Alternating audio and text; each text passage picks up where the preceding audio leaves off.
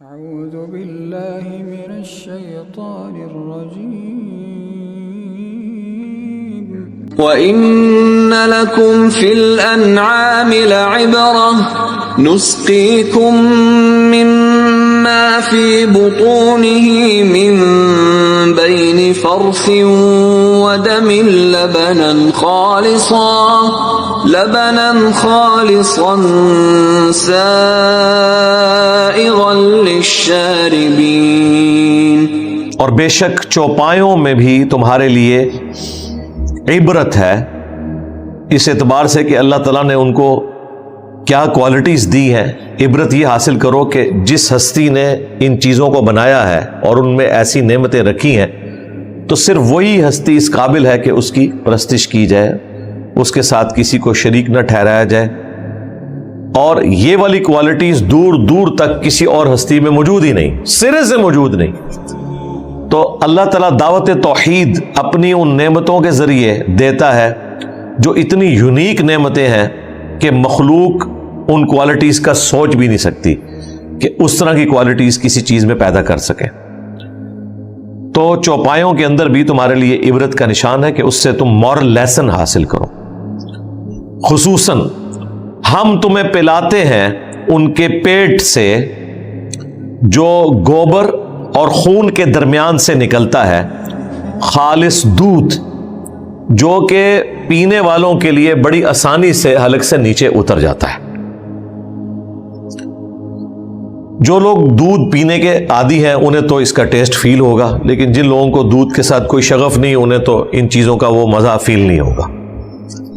پھر جو لوگ دودھ شوقیہ پیتے ہیں وہ بھی اس کے ایک اینگل کو دیکھ رہے ہیں کہ اس کا ٹیسٹ ہے، یہ نہیں دیکھ رہے کہ پوری کی پوری انسانیت اس دودھ پہ چل رہی ہے۔ آج دودھ ختم ہو جائے بچے بڑے ہی نہیں ہوں گے، بچے ماں کا دودھ پیتے ہیں، اور آج کل جو ہماری ایک میڈیکل کے پوائنٹ آف ویو سے کمزوریاں آ گئی ہیں انسانوں میں، اس کی وجہ سے زیادہ تر بچے تو گائے اور بھینس کا دودھ پیتے ہیں۔ ایون جو خشک دودھ ہوتا ہے وہ دودھ بھی بیسیکلی نیچر سے ہی حاصل کیا گیا ہوتا ہے، خود سے تو نہیں بنایا ہوتا۔ تو پوری کی پوری انسانیت ڈیپینڈنٹ ہے اس دودھ کے اوپر۔ وَمِن ثَمَرَاتِ النَّخِيلِ وَالْأَعْنَابِ تَتَّخِذُونَ مِنْهُ سَكَرًا وَرِزْقًا حَسَنًا إِنَّ فِي ذَلِكَ لَآيَةً لِقَوْمٍ يَعْقِلُونَ۔ اور کھجور اور انگور کے پھلوں میں سے بھی اللہ تعالیٰ نے تمہارے لیے غذا کا بندوبست کیا ہے۔ کیا؟ اس میں سے تم اس کی نبیذ تیار کرتے ہو، جوس تیار کرتے ہو، اس کا رس نچوڑتے ہو، اور اس میں تمہارے لیے اچھا رزق بھی ہے۔ بے شک اس میں نشانی ہے عقل والوں کے لیے۔ عقل والوں نے نشانی کیا لینی ہے؟ نشانی یہ لینی ہے کہ یہ تمام مخلوقات ایک کریٹر نے بنائی ہیں، اسی خالق نے مجھے پیدا کیا ہے۔ جس طرح یہ تمام چیزیں کسی مقصد کے لیے اس نے بنائی ہیں، دودھ کا مقصد ہے، کھجور کا مقصد ہے، انگور کا مقصد ہے، ان تمام نعمتوں کا مقصد ہے، مجھے بھی کسی مقصد کے لیے اس نے بنایا ہے، اور اگر میں نے وہ مقصد پورا نہ کیا تو مجھے اس کے عذاب سے کوئی نہیں بچا سکتا۔ یہ ہے رزلٹ۔ اور پھر اس ہستی کے ساتھ مخلوق کو شریک نہیں کیا جا سکتا۔ وہ مخلوق جو اللہ تعالیٰ کے رزق کی محتاج ہو، جو کھانا نہ کھائے تو موت واقع ہو جائے، جو پانی نہ پیے تو موت واقع ہو جائے، جو مخلوق کھا لے اور وہ کھانا ہضم نہ ہو تو موت واقع ہو جائے، وہ کھانا اگر جسم سے نہ نکلے تو موت واقع ہو جائے، وہ مخلوق جو 24 گھنٹے میں ایک دفعہ نیند کی محتاج ہو، اگر نیند نہ پوری کرے اگلے 24 گھنٹے میں پرفارم ہی نہ کر سکے، وہ مخلوق جسے وقت کے ساتھ ساتھ بوڑھا ہو جانا ہو، اس کی انرجی کم ہو جانی ہو، اور الٹیمیٹلی اسے موت آ جانی ہو، وہ کبھی بھی اللہ تعالیٰ کی ریپلیسمنٹ نہیں ہو سکتی، وہ خدا کی جگہ نہیں لے سکتی۔ انسان کو اللہ تعالیٰ نے ان 4 کمزوریوں کے ساتھ اتنا لاچار بنا دیا بڑے سے بڑا انسان ہو، خواہ وہ پیغمبر ہو، کوئی اہل البیت میں سے ہو، کوئی صحابی ہو، یا ان بچاروں کا کوئی بزرگ ہو، وہ تو شاہی کوئی نہیں نا، چلو ایویں چگے ذکر کر دینے۔ کوئی اپنے آپ کو روٹی سے آزاد کر سکتا ہے؟ اللہ تو قرآن میں کہہ رہا ہے عیسیٰ اور ان کی ماں بھی روٹی کے محتاج تھے۔ ایسوں کو پوج رہے ہو جو تمہارے نہ نقصان کے مالک ہیں نہ نفع کے۔ اللہ اکبر، پوجنے کی بھی نفی ہوئی اور مشکل کشا ہونے کی بھی نفی ہوئی۔ یہاں پہ لوگ کہتے ہیں ہم تو نہیں بابوں کو پوج رہے، اللہ نے صرف پوجنے کی نفی نہیں کی، کہا کہ نفع نقصان کے مالک بھی نہیں۔ اور عیسیٰ اور اس کی ماں اگر کسی کے نفع نقصان کے مالک نہیں تو بابے تو شاہی کوئی نہیں، سیدھی جی گل ہے۔ 4 کمزوریاں روٹی کا محتاج کر دی ہے، وہ کسی بھی فارم میں ہو، کھانا۔ دوسری کمزوری ٹوائلٹ، ہاں جی۔ تیسری کمزوری نیند، اور چوتھی سب سے بڑی موت۔ یہ 4 کمزوریاں اگر دور کر دیں کسی انسان کو خدا کی حاجت ہی نہیں رہتی۔ انسان پھر ٹھیک ہے، چاہے وہ دعویٰ خدائی کرے، دعویٰ پیغمبری کرے، اسے کوئی فرق نہیں پڑتا۔ 4 کمزوریاں بس دور کر لے اپنی، کہ وہ کھانے پینے کا محتاج نہ ہو، نیند کبھی نہ آئے، اور ٹوائلٹ والا مسئلہ نہ ہو، کوئی بدحالی نہ ہو، بڑھاپا بھی، یہ ساری چیزیں اس میں شامل کر لیں، اور آخری چیز موت نہ آئے۔ لیکن یہ ساری کمزوریاں انسان کے ساتھ اٹیچ ہیں، اس لیے خدا انسان کی ضرورت ہے۔ اور مزے کی بات، جنت میں آپ کو یہ ساری خوبیاں مل جانی ہیں۔ جنت میں جو نعمتیں ہیں وہ زندہ رہنے کے لیے نہیں ہیں، ٹیسٹ کے لیے۔ جتنا مرضی کھائیں، بخاری مسلم میں ہے کہ ایک خوشبودار ڈکار آئے گی، سب کچھ ختم، ٹوائلٹ جانے کی بھی تکلیف بھی نہیں اٹھانی پڑے گی ایک ڈکار کے ساتھ۔ اور آپ کی خواہش ہے کہ میں یہ بھی کھاؤں، کھائیں۔ دنیا میں تو تھوڑی دیر کھانے کے بعد انسان اکتا جاتا ہے پیٹ بھر کے، ادھر کوئی نہیں ہے، پیٹ بھرے یا خالی رہے بھوک نہیں آپ کو لگے گی، ٹیسٹ کی وجہ سے کھائیں گے۔ اور وہ جو ٹیسٹ اللہ جنت میں دے گا وہ اس سے بڑھ کے ہے، جس طرح کہ دنیا میں ایک پیاسے شخص کو ٹھنڈے پانی کی قدر ہوتی ہے نا۔ لوگ اکثر پوچھتے ہیں کہ اگر بھوک نہیں ہوگی تو کھانے کا مزہ ہی نہیں آئے گا۔ نہیں، وہ جنت کی ڈائنامکس ہے، وہ ڈیفرنٹ ہے۔ وہاں پہ ٹیسٹ میں اللہ نے وہ چیز رکھ دی ہے کہ وہ بھوک سے بھی زیادہ ٹیسٹ دے گی آپ کو، جو دنیا میں بھوک کی وجہ سے انسان کھاتا ہے۔ بڑھاپا نہیں، 30 سال کی عمر ہے، بدحالی نہیں ہے، اللہ تعالیٰ کبھی ناراض نہیں ہوگا، اور کبھی موت نہیں آئے گی۔ لو جی موجے مارے۔ اس کے لیے میں نے ایک ٹرم ڈیوائز کی تھی کہ خالق اور مخلوق کا فرق رہ گیا، ادروائز اللہ تعالیٰ کی یہ مہربانی ہے کہ اس نے حقیر انسان کو اپنے ساتھ خدائی میں شریک کر لیا ہے، اتنی بڑی نعمتیں دے دی کہ ٹھیک ہے مجھے بھی موت نہیں آنی، جا تجھے بھی موت نہیں آئے گی، میرا حکم بھی چلتا ہے، جا تیرا حکم بھی چلے گا، اتنی جنت کے اندر بدحالی تجھے نہیں آئے گی۔ ہاں، خالق اور مخلوق کا فرق وہ اپنی جگہ ہے۔ چند سالوں کی زندگی دے، ہمیشہ کی زندگی حاصل کر لے۔ جو مسلم شریف میں حدیث ہے کہ دنیا اور آخرت کی مثال ایسے ہے جیسے کوئی شخص انگلی ڈبوئے سمندر میں، تو جو پانی لگے گا یہ دنیا ہے اور سمندر آخرت ہے۔ یہ نبی الاسلام کا فرمان۔ یارا اتنی کھول کھول کے باتیں بیان کی گئی ہیں کہ ہم تفکر نہیں کرتے۔ اگر تفکر کریں اور ان باتوں کو ویسے ہی سمجھیں جس طرح 2+2=4 سمجھتے ہیں، تو انسان تو یقین کریں ایک حدیث سے ہی آگے نہیں جا سکتا، تصور نہیں کر سکتا کہ اتنے بڑے درخت کہ 100 سال تک ایک گھوڑ سوار گھوڑا دوڑاتا رہے تو اس درخت کے سائے سے باہر نہ نکلے۔ یہ جنتیوں کو ایک درخت کی بات ہو رہی ہے۔ یہ باتیں ہمارے بزرگوں کو کبھی سمجھ آ ہی نہیں سکتی تھی۔ صحابہ تابعین کا ایمان بالغیب تھا، لیکن آج ہمیں سائنس نے بتا دیا ہے کہ کائنات کی چوڑائی کتنی ہے۔ ابھی جو اس وقت تک دریافت ہوئی ہے 93 بلین لائٹ ایئرز، 93 ارب سال تک روشنی چلتی رہے۔ اتنی تو کہہ رہے ہیں جی ہم نے یعنی ایسٹیمیٹ کر لیا، اس سے بڑی بھی ہو سکتی ہے۔ یہ بھی آپ کو لیٹسٹ فگر بتا رہا ہوں، 93 ارب سال روشنی چلے۔ اور روشنی کس طرح چلتی ہے؟ روشنی بھائی گھوڑے کی رفتار سے، جہاز کی رفتار سے نہیں چلتی۔ روشنی زمین کے 7 چکر کاٹ لیتی ہے 1 سیکنڈ میں۔ 40,000 کلومیٹر ہے سرکمفرنس، 3 لاکھ کلومیٹر 1 سیکنڈ میں۔ روشنی 1 سیکنڈ میں 3 لاکھ کلومیٹر چلی جاتی ہے، 1 سیکنڈ میں. آپ ایک دن کی کیلکولیشن کریں تو آپ کا چھوٹا موٹا کیلکولیٹر تو فیل ہو جائے گا کہ ایک دن میں روشنی کہاں پہنچ جائے گی.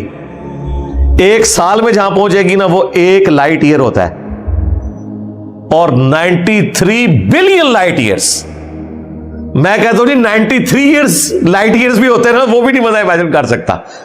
93 ارب لائٹ ایئرز، اور 1 ارب اتنا فگر ہے کہ اگر آپ 24 گھنٹے گنتی گنے نا تو 25 سے 30 سال چاہیے 1 ارب پورا کرنے کے لیے. تو اب آپ اندازہ کر لیں، یہ اللہ تعالیٰ نے اتنی بڑی کائنات رکھی ہے. تو آپ سمجھ آتی ہے کہ واقعی یار 100 سال تک گھوڑا دوڑا لے، گھوڑا روشنی کی رفتار سے تو نہیں چلے گا. گھوڑے نے 100 سال میں جتنا فاصلہ طے کرنا ہے، روشنی نے تو وہ 5 منٹ میں طے کر لینا ہے. تو واقعی اتنی بڑی ہے کائنات. بالکل. وَأَوْحَى رَبُّكَ إِلَى النَّحْلِ أَنِ اتَّخِذِي مِنَ الْجِبَالِ بُيُوتًا وَمِنَ الشَّجَرِ وَمِمَّا يَعْرِشُونَ. اور تیرے رب نے شہد کی مکھی کو یہ وحی کی، الہام کر دیا، اس کی نیچر میں یہ چیز ڈال دی. یہ وہ والی وحی نہیں ہے جو انبیاء کی طرف آتی ہے، نہ یہ وہ والی وحی ہے جو خواب کی شکل میں انسانوں کے پاس آتی. یہاں وحی سے مراد ہے اس کی جبلت، اس کی نیچر، اس کی انسٹنکٹ میں یہ بات ڈالتی ہے. اسے خود نہیں پتا کہ میرے اندر یہ کوالٹی موجود ہے، بس وہ اس نیچر کو فالو کر رہی ہے کہ تو پہاڑوں میں اونچی جگہوں کے اوپر جا کے گھر بنا، اور درختوں میں آپ ذرا ایمیزون کے جنگلوں میں بڑے بڑے درخت، لوگ اوپر چڑھتے ہیں، کتنا کتنا شہد اتارتے ہیں، اور وہ کتنے ٹرینڈ لوگ ہیں جو اوپر چڑھتے ہیں، پتوں کو آگ لگاتے ہیں، مکھیوں کو سائڈ پہ کرتے ہیں. آپ جا کے یوٹیوب کے اوپر ویڈیوز دیکھیں. اور جتنی بھی چھتیں ہیں جو انسانوں کی بنائی ہوئی بھی بلڈنگز ہیں، ان میں جو اونچی جگہ ہیں ان پہ جا کے تم اپنے چھتیں بناؤ. یہ اللہ نے کہا کہ میں نے اسے وہی کر دیا، اس کی انسٹنکٹ میں ڈال دیا، اس کی جبلت میں، اس کی نیچر کا حصہ بنا دیا. وہ وہیں پہ جا کے اونچی جگہوں پہ جا کے بنائے گی.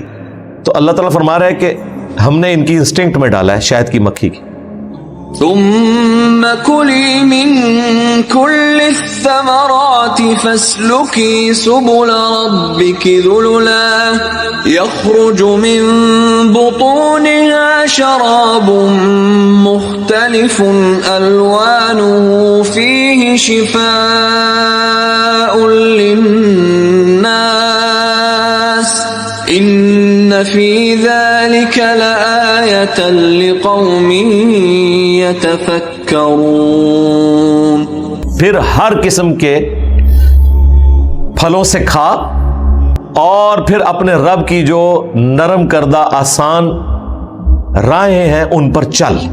اس کے پیٹ سے ایک پینے کی چیز نکلتی ہے مختلف رنگوں میں، جس کے اندر لوگوں کے لیے شفا ہے، شہد. آپ ذرا ان مکھیوں کا چھتا دیکھیں، بہت بڑے بڑے چھتے بھی ہوتے ہیں. ہر ایک اس میں جو سوراخ ہے وہ ہیگزاگنل ہوتا ہے، یعنی 6 اس کے بنے ہوتے ہیں، اور وہ آپٹیمل ہے. سائنٹسٹ کہتے ہیں یہ آپٹیمل ہے چھتے کے لیے، اس کی مضبوطی کے پوائنٹ آف ویو سے. اب یہ شہد کی مکھی کو کس نے سکھا دیا ہے کہ 4 کونے نہیں بنانے، 6 بنانے ہیں. 3 بھی بنا سکتی تھی، 8 بھی بنا سکتی تھی، گول بھی بنا سکتی تھی. یہ اس کی نیچر میں اللہ نے ڈال دی ہے. پھر آپ تازہ شہد اگر واقعی اوریجنل آپ کو مل جائے، یہ صرف ہمارے پولیٹیشنز کو میسر ہوتا ہے، یا ریاستی اداروں کے لوگوں کو، یا پیروں فقیروں کو، جن کے لیے بڑی محنت سے لوگ لے کے جاتے ہیں. تو میں نے ایک دفعہ، ہمارے جیلم کے ایک پیر صاحب تھے، تو انہیں گفٹ میں کشمیر سے نا کافی زیادہ شہد آیا تھا، کوئی 1 ٹب کے برابر. میں نے زندگی میں ویسا کبھی شاید استعمال نہیں کیا، تو وہ تھوڑا سا استعمال کیا، اس کا کلر بھی لائٹ یلو تھا. تو وہ میں نے ٹیسٹ اپنے دماغ میں سیو ایسا کیا ہوا ہے کہ میں اندازہ لگا لیتا ہوں ٹیسٹ کے ذریعے کہ یہ خالص ہے یا نہیں ہے. ہو سکتا ہے غلط بھی ہو اندازہ، کیونکہ ہر شہد کا ٹیسٹ تھوڑا سا فرق بھی ہو سکتا ہے، لیکن ایک سٹینڈرڈ، جیسے جو لوگ دودھ فریکوینٹلی پیتے ہیں نا، انہیں پی کے اندازہ ہو جاتا ہے کہ یہ دودھ خالص ہے یا نہیں ہے. اس دن مجھے واقعی احساس ہوا تھا جتنا پاکستان کی کھجور اور مکے مدینے کی کھجور میں فرق ہے نا، اتنا ہی جو شہد مارکیٹ میں بکتا ہے اور جو خالص شہد ہوتا ہے نا وہ فرق ہے، ٹیسٹ کا بھی۔ وہ انسان کا یقین کریں اس کو چھوڑنے کو دل نہیں کرتا، پیتا جائے، چاہے آپ اس کا شربت بنا کے پئیں، ڈائریکٹ پئیں، اسے آپ روٹی پہ ڈال کے کھا لیں، سالن کے طور پہ یوز کریں، کسی بھی طریقے سے۔ اگلے زمانوں میں تو لوگ یہی کرتے تھے نا۔ اور آپ کو پتا ہے خالص شہد سینکڑوں سال تک بھی پڑا رہے خراب نہیں ہوگا، کیونکہ اس کے اندر ایسڈ ہوتا ہے، تیزاب۔ یہ اللہ نے نیچرل اس کو یعنی ایسا بنایا کہ وہ خراب نہیں ہوتا، کیونکہ لوگوں نے جب سفر میں جانا ہوتا تھا تو پھر شہد کو ساتھ رکھتے تھے، اگر سالن ہوگا تو خراب ہو جائے گا۔ اچار بھی خراب نہیں ہوتا، کیوں؟ وہ سرسوں کے تیل میں ڈالا جاتا ہے یا سرکے میں ڈالا جاتا ہے، اس کے اندر کوئی بیکٹیریا زندہ رہ ہی نہیں سکتا۔ ویسے تو سب سے بہترین جو پریزرویٹو ہے نا وہ تو الکوہل ہے، جس کے اندر آپ کی ہومیوپیتھک کی ادویات سٹور کی جاتی ہیں۔ اسی لیے آپ دیکھیں ہومیوپیتھک کی جو ادویات ہیں ان پہ ایکسپائری کی ڈیٹ نہیں لکھی ہوتی۔ کیوں نہیں لکھی ہوتی؟ وہ ایکسپائر ہوتی نہیں۔ ہاں، الکوہل میں ایک چیز آپ ڈال دیں، 10,000 سال بعد بھی نکالیں گے وہ اسی طریقے سے ہوگی، خراب نہیں ہوگی۔ تو اللہ تعالیٰ ہمارا اس شہد میں شفا ہے لوگوں کے لیے، اور شفا کس لیول کی ہے؟ بخاری میں حدیث ہے 3 چیزوں میں شفا ہے۔ نمبر 1 شہد، نمبر 2 کپنگ کروانا، ہجامہ جو پچنے لگوانا وہ خون نکالا جاتا ہے، اور نمبر 3 داغ دینا، زخم کا خون اگر نہ رک رہا ہو تو گرم کر کے لوہے کی کوئی چیز لگائی جاتی تھی، آج کل الیکٹرک شاک کے ذریعے وہ داغ دیے جاتے ہیں۔ اب تو ایون جو بائی پاس کے آپریشن ہو رہے ہیں ان میں بھی ایکسٹرا خون نہیں لگتا، اتنی سائنس نے ترقی کر لی ہے، خون ضائع نہیں ہوتا۔ ورنہ پہلے جس کا بائی پاس ہوتا تھا نا 14-15 بوتلیں ارینج کرنی پڑتی تھی، اب بھی اگر کروائیں حفظ ما تقدم کرواتے ہیں، ادروائز یوز کوئی نہیں ہوتی۔ میرے اپنے جو سسر ہیں ان کا آپریشن 2002-3 میں ہوا ہے، ارینج کروائی تھی اس زمانے میں لیکن استعمال کوئی نہیں ہوئی، اتنی سائنس ترقی کر گئی۔ لیکن اگلے زمانوں میں بہت بڑی نعمت تھی۔ مسلم شریف میں حدیث ہے نبی الاسلام کے ایک صحابی کا خون نہیں رک رہا تھا تو آپ نے اپنے مبارک ہاتھوں سے اسے داغ دیا۔ لیکن بخاری کی اس حدیث میں ہے کہ شہد میں شفا ہے، کپنگ میں ہے اور داغ دینے میں ہے، لیکن میں اپنی امت کو داغ دینے سے منع کرتا ہوں۔ یہ منع کرنا حرام کے درجے میں نہیں ہے، یعنی پریفریبل نہیں ہے، کیونکہ مسلم شریف میں یہ ہے کہ نبی الاسلام نے صحابی کا جب خون نہیں رک رہا تھا اسے داغ دیا۔ تو اس سے یہ چیز بھی پتہ چلی کہ جب آپ کو بیماری کا کوئی علاج کرنا پڑتا ہے اس وقت روٹین سے ہٹ کے شرعی احکام ہوتے ہیں۔ پھر وہ بخاری کی مشہور حدیث، ایک صحابی تھے ان کا پیٹ لوز ہو گیا، نبی الاسلام کے پاس ان کا بھائی آیا، فرمایا اسے شہد دو، اور لوز ہو گیا، کہا شہد دو، اللہ کا قرآن سچا ہے، تیرے بھائی کا پیٹ جھوٹا ہے، اور اس کو موشن لگے۔ تیسری بار جب ہوا تو وہ بالکل ٹھیک ہو گیا، شفا موجود ہے۔ وہ تو مسلم میں حدیث ہے، اللہ نے کوئی ایسی بیماری نہیں آسمان سے نازل کی جس کی کوئی شفا نہ ہو، جس کی کوئی دوائی نہ ہو۔ جب وہ دوا اس مرض کے موافق ہو جاتی ہے تو اللہ کے اذن سے شفا ہو جاتی ہے، لیکن علاج کروانا ضروری ہے۔ ابو داؤد ترمذی میں حدیث ہے، صحابہ کرام نے حضور سے پوچھا یا رسول اللہ جب ہم بیمار ہوتے ہیں تو علاج کروایا کرے، آپ نے فرمایا ضرور علاج کرواؤ، اللہ نے کوئی بیماری موت کے سوا ایسی نہیں بنائی کہ جس کا علاج نہ ہو۔ یہاں لوگ فخر محسوس کرتے ہیں کہ علاج کرانے کی ضرورت نہیں، کہتے ہیں جو بزرگ سن کیڑے پے سن، تھلے کو کیڑا ڈگتا سی پھر اتنے رکھ لیندے سن، بڑے پیڑے سن، بڑے گندے سن، ترکے سن۔ استغفر اللہ، یہ جھوٹ ہے۔ اس طرح کا جھوٹ انہوں نے پیغمبروں کے بارے میں بھی مشہور کیا ہوا ہے کہ جی پیغمبروں کے ساتھ بھی ایسا معاملہ تھا، بالکل جھوٹ ہے۔ یہ سب کے سب جعلی واقعات ہیں۔ اللہ تعالیٰ نے پیغمبروں کو تکلیفوں سے ضرور آزمایا، لیکن یہ کہ وہ خود اپنے اوپر تکلیف کو طاری کریں، بالکل نبی الاسلام کی یہ تعلیمات نہیں ہے۔ آپ تو بیماریوں کا علاج بھی کرواتے تھے، جھاڑ پھونک بھی، ایون مسلم شریف میں حدیث ہے اپنے زمانے جاہلیت کے دم بھی مجھ پر پیش کرو، اگر ان میں شرکی الفاظ نہیں تو ان سے اسی طریقے سے علاج کرتے رہو۔ پھر مسلم شریف میں ایک اور حدیث ہے، اگر تم میں سے کوئی اپنے بھائی کو نفع پہنچا سکتا ہے علاج کے ذریعے تو وہ ضرور پہنچائے، اس کے لیے قرآن و سنت کا علاج ہونا بھی ضروری نہیں ہے، جھاڑ پھونک کے لیے کوئی بھی آپ علاج کروا سکتے ہیں، شرط یہ ہے کہ اس میں شرکی الفاظ نہ ہو۔ بے شک اس میں نشانی ہے ان لوگوں کے لیے جو غور و تفکر کرتے ہیں۔ کس میں؟ جو شہد کی مکھی کو اللہ نے کوالٹیز دیں، اس کے شہد کے اندر کوالٹیز رکھیں، اس میں نشانی ہے۔ واللہ خلقکم ثم یتوفاکم ومنکم من يرد الى ارذل العمر لكي لا يعلم بعد علم شيئا ان اللہ علیم قدیر۔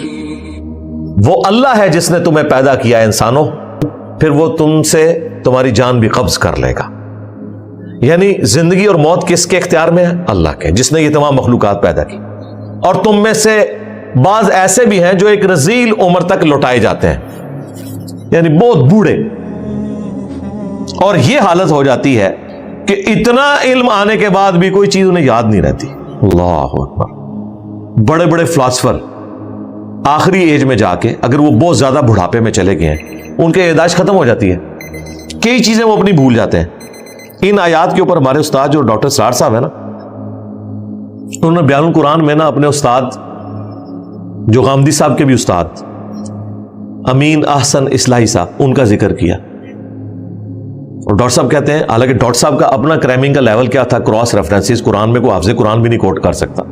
وہ کہتے تھے ہمارے استاد کو اللہ نے اتنی کریمنگ پاور دی تھی کہ کراس ریفرنسز احادیث کے آیات کے ان کو اتنے ہی یاد تھے۔